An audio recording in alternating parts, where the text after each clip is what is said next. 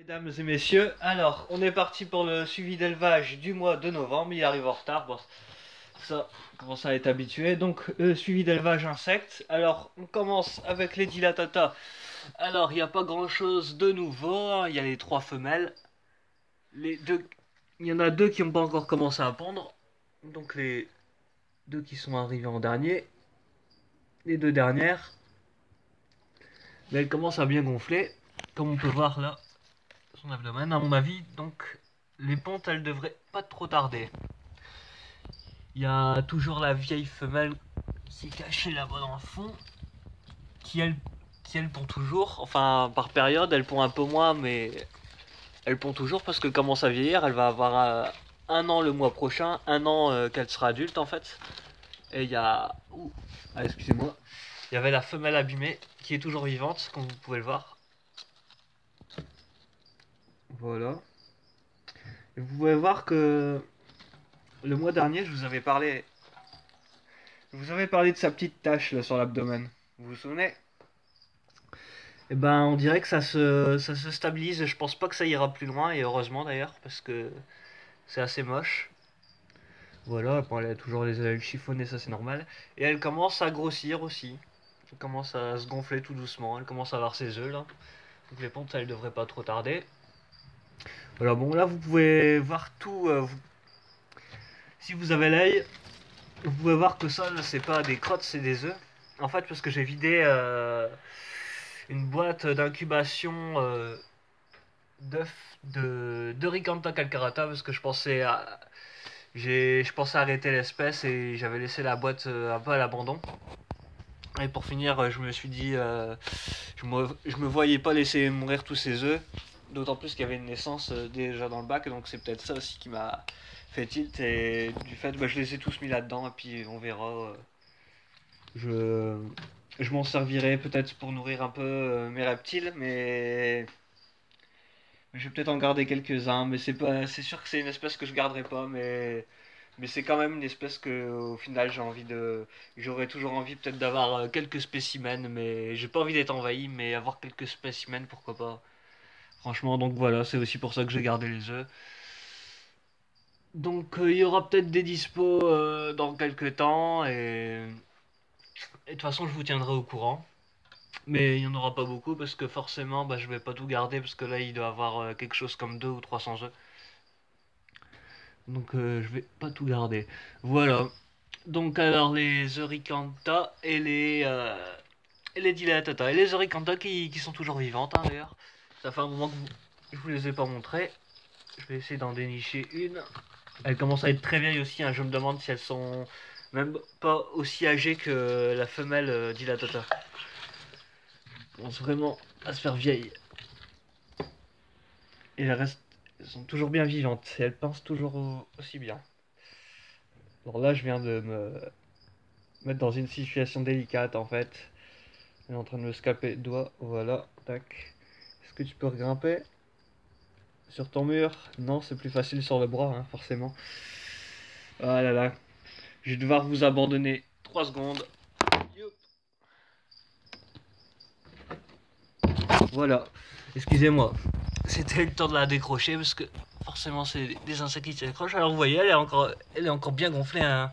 Elles pondent bien, toutes les deux d'ailleurs. Toutes les deux femelles pondent bien. Voilà, et je voulais vous expliquer un petit truc aussi. Il faut que je trouve la deuxième femelle pour vous montrer ça. Un truc important que j'ai constaté dans certains élevages. Alors, regardez. Je vais essayer de vous montrer ça. Vous voyez qu'elle a l'oviscap abîmé.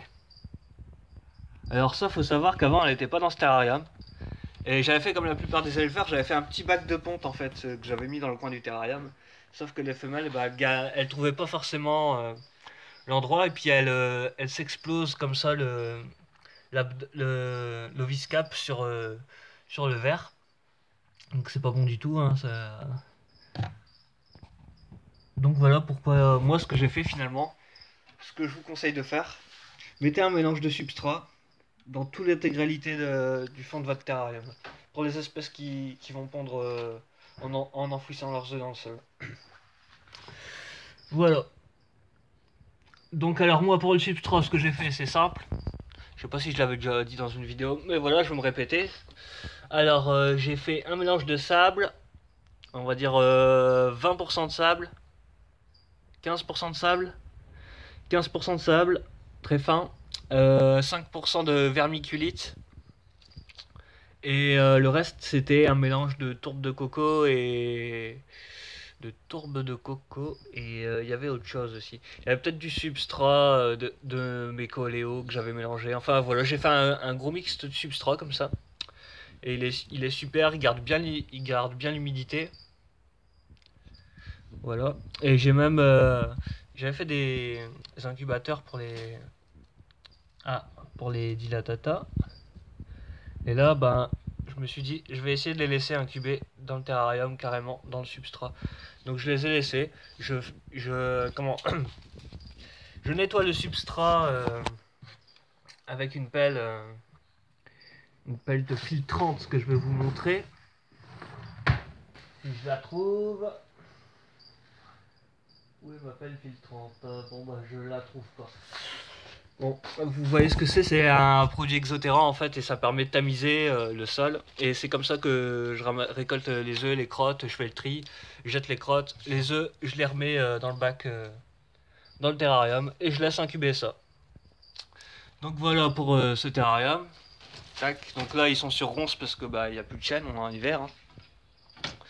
Voilà, et je me demande si je vais pas leur rajouter un peu de lierre parce que je sais que j'ai un peu peur en fait parce que je me considère toujours un peu comme débutant, ça fait que 3 ans que je fais de l'élevage d'insectes et j'ai un peu peur de les intoxiquer si je leur mets du lierre, de passer du ronce comme ça au lierre en sachant que le lierre c'est quand même, enfin pas pour les insectes forcément mais pour beaucoup d'animaux c'est toxique. Donc ouais j'ai un peu peur quoi mais je vais peut-être retenter le coup. Ouais. Je vais voir peut-être en petite quantité pour commencer. Parce qu'en ce moment de la ronce, j'en trouve plus beaucoup. Elle a été un peu rasée là, par là où j'habite. Donc c'est un peu compliqué. Voilà. Alors voilà, ensuite, on passe au Philium philippinicum. Alors là, je les ai déménagés dans ce terrarium. Enfin, j'ai déménagé, attention. J'ai déménagé tous ceux qui étaient passés au moins à L3. Et là, on commence à avoir des beaux spécimens, regardez. Évidemment, ça va pas cadrer. Ça va pas faire le point, non? Même pas. Et là, il y en a d'autres. Je commence à voir. J'ai remarqué que j'en ai beaucoup. J'en ai beaucoup qui sont un peu jaunes. Alors je sais pas si c'est dû au taux d'humidité ou. Voilà, regardez. Il tire pas mal vers le jaune celui-là. Et là aussi. On peut voir. Alors là, vous allez bien voir la différence. Parce qu'il y en a il y en a des bien jaunes. Et il y en a des bien verts. Comme celui-là. C'est un mâle d'ailleurs. Oula, il vient de tomber. Celui-là, il est bien vert. Tac. Pas d'arnaque, il est bien vert. Et il y en a qui sont vraiment jaunes. Alors je pense pas que ce soit la génétique. Hein. Ça doit être peut-être par rapport au milieu ou peut-être qu'ils traînaient sur les feuilles jaunes qu'ils auraient pris la couleur. Je sais pas.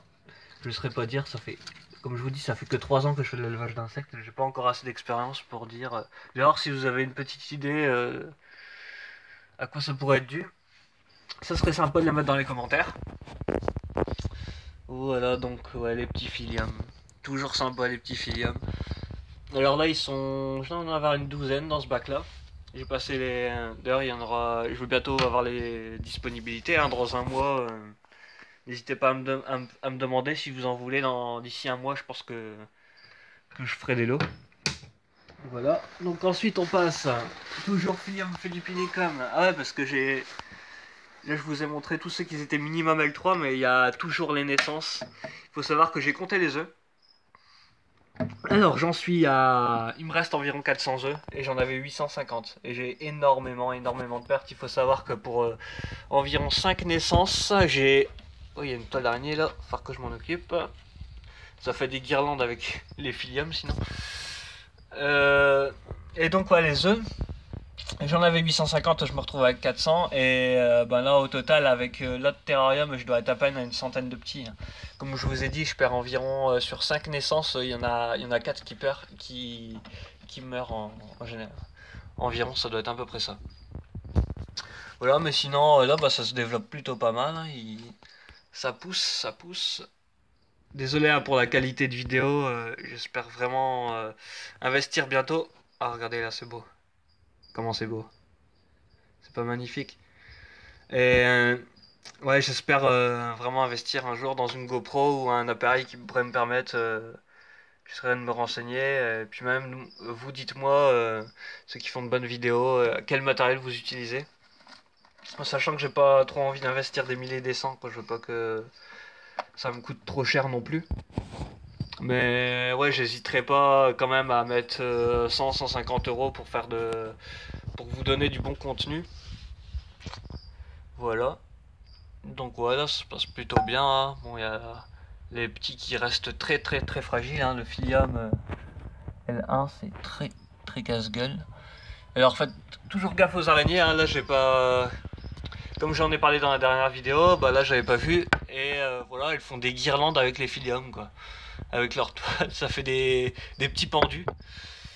Donc faites gaffe, si vous les voyez les araignées, faut les éliminer, faut pas faire de quartier. Bon, en hiver, normalement, on est un peu tranquille parce elles se cachent pas forcément dans les ronces. Mais voilà, méfiez-vous toujours de ça, surtout avec les Filium. Mais avec les jeunes phases en général, mais surtout avec les Filium. Alors ensuite, on passe aux petits dilatata, les petits que j'avais achetés il y a environ un peu plus d'un mois. Alors ils ont pas mal grandi pour ceux qui ont survécu parce que oui malheureusement bah, j'ai perdu un couple L1 qui est pas passé à L2 et qui est quick. Je suis assez déçu mais bon c'est la nature hein, qui veut ça. J'espère parce que moi je m'en occupe bien quand même. Ils ont leur pulvérisation tout ça. Donc voilà il y a les petites femelles, belle petite femelle là. Tac. Oula. Il y a un truc qui vient de tomber, je vais vous expliquer pourquoi. Voilà. Alors il y a les petits dilatata, les 4 mâles et les 4 femelles. Voilà, ça me fait 4 couples. Et j'ai eu les premières naissances de Thyracoidea biceps. Regardez, magnifique L1. Alors je dois en avoir pas loin de 10, hein, ça commence à sortir. Faut savoir qu'ils sont un peu prématurés parce que la femelle a pondu ses premiers œufs au mois d'août, début août, et ouais j'ai déjà les naissances. Je trouve ça un peu rapide. Mais bon, on va pas se plaindre non plus, hein. Donc voilà, en attendant, je les ai mis là-dedans, en attendant de leur trouver un terrarium. De toute façon, c'est à peu près les mêmes conditions, hein. Faut savoir que Thyracoidea, il vient de l'est de Java et c'est pas hyper éloigné finalement, des conditions du dilatata. Donc voilà, tout se passe bien. Tout se passe bien, à part malheureusement les deux petits dilatata qui sont morts. Donc voilà. Je crois que j'ai fini pour les insectes. Juste un bref récapitulatif coléo. Bah j'ai plus rien malheureusement. J'ai tout perdu. J'ai rien réussi. Je suis assez déçu. Bon donc là pour cette année c'est fini les coléos. Mais peut-être que l'année prochaine oui je reprendrai parce que ça me tenterait vraiment de réussir. Et là je ferai les choses proprement en copiant carrément. Là je vous le dis, il n'y a pas de secret. Je vais carrément copier les méthodes d'élevage d'autres éleveurs parce qu'avec la mienne, j'ai voulu en faire un peu qu'à ma tête. Quand on débute, c'est toujours un peu comme ça. Et bah, ça s'est cassé la gueule. Et donc, je pense que j'y suis pas pour rien. Et donc, cette fois, je vais vraiment suivre. Je vais vraiment faire tout pareil comme si je peux trouver les renseignements. Je me renseignerai auprès de Julien, par exemple, qui est un excellent éleveur que je vous conseille. Et donc voilà, bah, je serai reparti sûrement pour les coléos l'année prochaine. Et en projet aussi, il risque d'avoir des surprises l'année prochaine parce que il y a un truc que je vais garder secret, je vais vous faire la surprise si ça aboutit. Et autre chose aussi, et sinon il y a un truc qui sera pas vraiment secret. Je vais peut-être prendre des feuilles sauterelles, ouais, des sauterelles feuilles, voilà. Donc ouais, c'est une espèce qui me tente assez, c'est Anchileia fenestrata, je crois. Et donc voilà, je vais tenter cette espèce donc l'année prochaine. Et aussi, pourquoi pas reprendre l'élevage des menthes. Par exemple, Hymenopus coronatus, c'est une espèce. Non, oula, Hymenopus coronatus, non, excusez-moi, c'est une espèce assez difficile sur laquelle je me suis planté. Philocrania paradoxa, donc que je retenterai sûrement l'année prochaine. Voilà, donc des petits projets comme ça pour l'année prochaine. au niveau des insectes. Donc là, c'était le suivi d'élevage insectes. On va se quitter là-dessus. Et ce que je vais faire, c'est que ben, vous aurez votre suivi d'élevage aux alentours de la Noël, avec j'espère de nouvelles surprises. Et voilà, voilà. Alors n'hésitez pas, si vous avez aimé la vidéo, et puis même hein, si vous avez quelque chose à dire sur mon élevage, si vous pouvez me conseiller pour mes vidéos, tout ça, ce que vous avez apprécié, ce qui marche pas trop, tout ce que vous pouvez penser ou quoi, bah vous le dites et vous le mettez dans les commentaires et tout. Moi je suis très ouvert pour partager tout ça avec vous et voilà voilà. Donc bah, on va se dire au mois de décembre et puis tchuss, bonne soirée ou bonne journée.